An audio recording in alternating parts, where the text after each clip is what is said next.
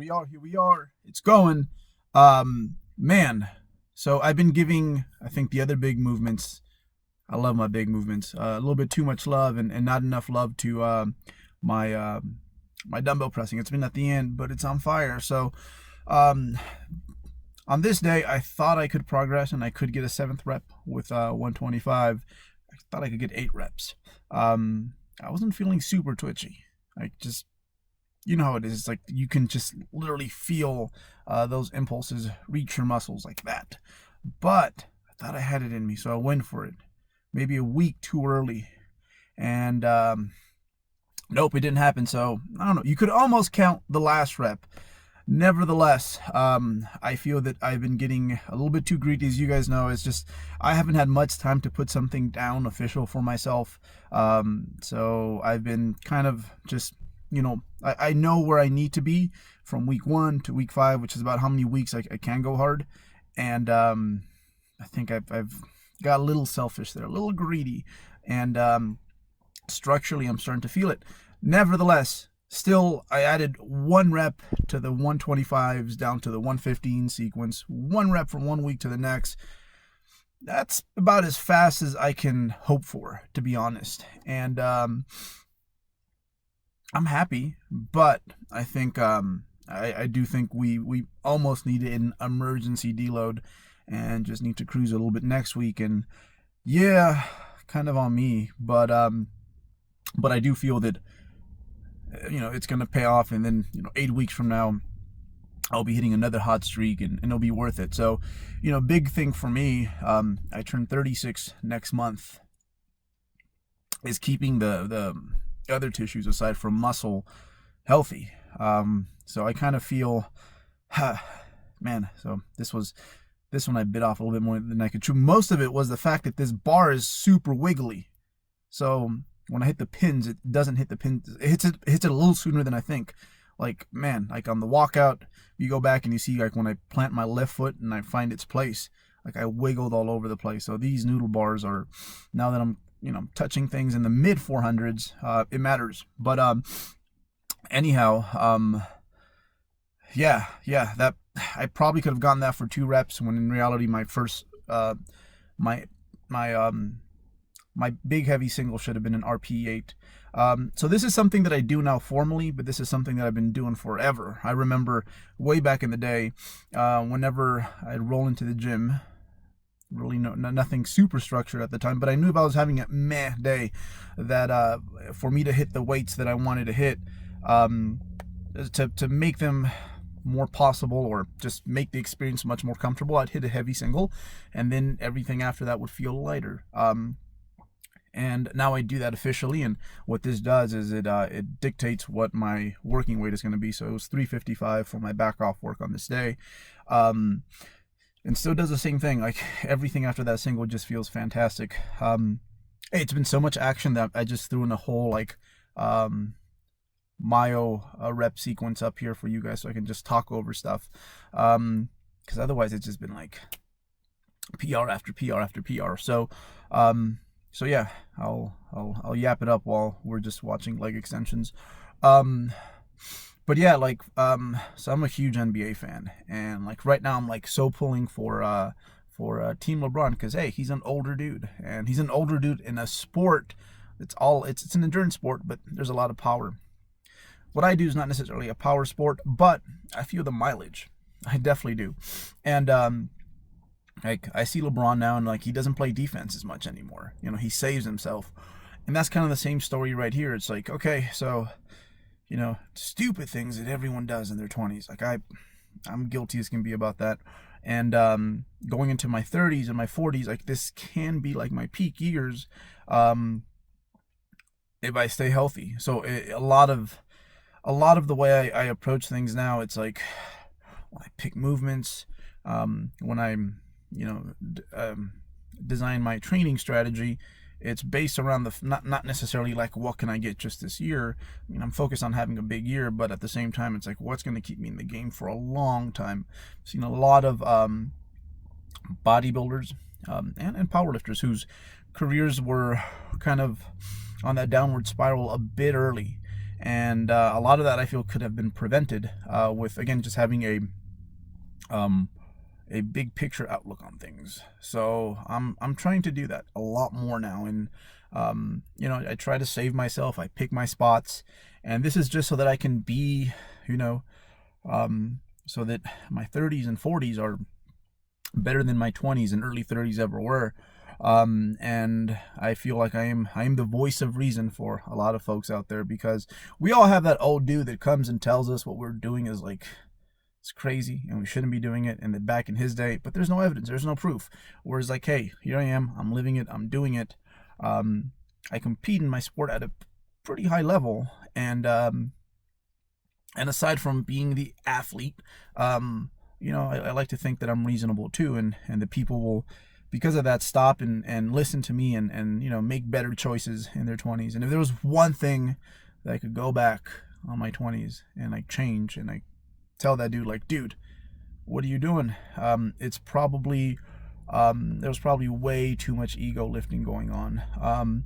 Good intentions behind it. It wasn't just ego lifting. I definitely, when I look back, I didn't have the best role models. I used to look at the big heavy duty IFBB pros, the Branch Warrens, the Johnny Jacksons, yes, the Ronnie Colemans, and those were people that I looked at for training inspiration, but then also for advice. I'd see what might they be doing that's helping them become successful, and yeah, definitely clouded my judgment a bit in hindsight. Yeah, I wish I would have lifted much more in the manner that I do today. So those of you guys in your 20s who are relatively healthy, biggest problem you have right now is not that your left trap is tight, that your left elbow's that your right hip is tight. Your biggest problem is that you're not progressing as fast as you like. Good. Keep it that way. Like, pace yourself, because man, you can get better at this for a long time. There's no reason, like, if you take care of yourself, like, it's not out of the question to me that a bodybuilder and even a power lifter can be much more effective in their early 50s. We've seen them before. So yeah, Marshall Johnson, Dave Ricks, two people who are just like creaming 20 and 30-year-olds well into their 50s. And I don't know what Marshall's doing. If you're out there, Marshall, what up, homie? Still think about you a lot. But Dave is still out there, and he matters in the USAPL circuit. So yeah, that's where I want to be. I love this so much that I want to do this effectively for a long time. I don't want to be a token bodybuilder. My good morning, I've kind of remade a little bit. The loads were getting nice. I felt like I was getting more glute than hamstring. So you can see the legs are kind of shaky, the protein shakes. So I'm starting to, I want to keep the hamstring a little bit more lengthened than I was. And honestly, the difference, you can't even see it from here. But it matters, because look at the legs, they're wiggling. So I want to get better at working at this in range and really pushing it a little bit, and get strong within the confines of this form. So there's nothing wrong with going back, looking at the way you were executing a big movement, an isolation movement, and simply just making it better in regards to how you do distribute tension. And again, I'm not like, that's not lightweight by any means. This was these were sets of 265. I peaked out at about, I think it was 325 or 335 on the good morning. So I'll work up to like maybe the low 300s, high 200s. But my form is going to target the areas that I want to target a bit more, which for me is my hamstrings. My quads are I think among the best, especially in contest shape. My glutes, same thing. You can see those things, veins and striations from the nosebleeds. So I make sure everyone has a good view. But the hamstrings have always lacked a little bit. So I want me a pair like Jeff's. Maybe genetically I'll never have a pair like that, but I think they can improve a lot. So yeah, I mean, look at that. I am pushing those hamstrings to their limit. I felt a different kind of soreness the next day. So hey, great success. And I am so I'm looking forward to growing within the confines of this form. But yeah, all in all, a fantastic training week. I think this will be the last go of hard. So it's been 3 hard weeks. Prior to that, I think I went hard for 6 weeks, and then this time 3 weeks, and then we're going to deload again, and then kind of reassess things and be a little bit more patient, and probably not load as much. So I talked about this, I think it was 2 weeks ago in one of my videos, about if you have a contraption like this, you can't do it in laying leg curls anymore since they're all kind of curved at the hip. So your hips are slightly flexed. But if you have something like this, most people tend to lean over and do the whole stack. Look what I'm moving, man. It's not much. But by keeping my hips tight, because remember, hamstrings cross two joints, knee and that hip, oh man, is like all the tension in the right place. So I can definitely squeak out a little bit more at the top. So I'll definitely fix that next week. Good reason to videotape yourself is that no matter how experienced you are, you can always go back and learn something. So if you don't record yourself, I know it's funny, I know it's weird, but it's like one of the best tools. I know that, you know, I have to, because I put things up here, but even before I do that, or even when I'm not necessarily uploading as frequently as I should on YouTube, Naughty Bert, I still record, and I feel naked when I have nothing to record with. You know, I left the phone at home or something. So anyhow, a lot of the same movements. So I just wanted to introduce you guys a new machine that I am throwing in the rotation. One of my bench press days, since I don't need to get good at the bench press, that contest is over. This machine right here, I've seen it in a few gyms. It's a wonderful machine. It's like a press, but you know, that last bit is you're really bringing that humerus across the body. With a standard press, it's like freebie. There's no tension really at the top, right?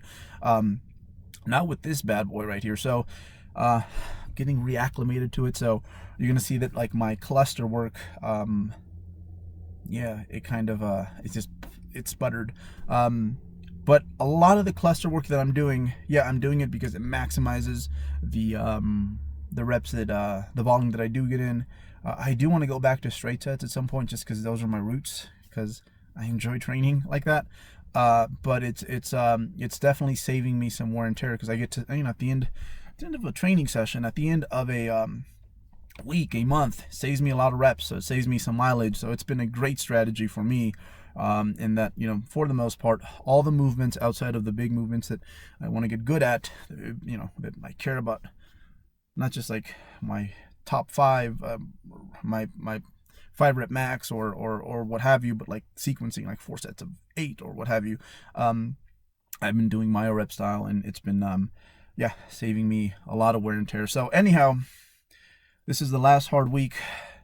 Lots of sleep, which is gonna be, I think that'll be the main theme in my next one, is the sleep issue and the stuff we do outside of the gym. But for now, last hard week, chill out.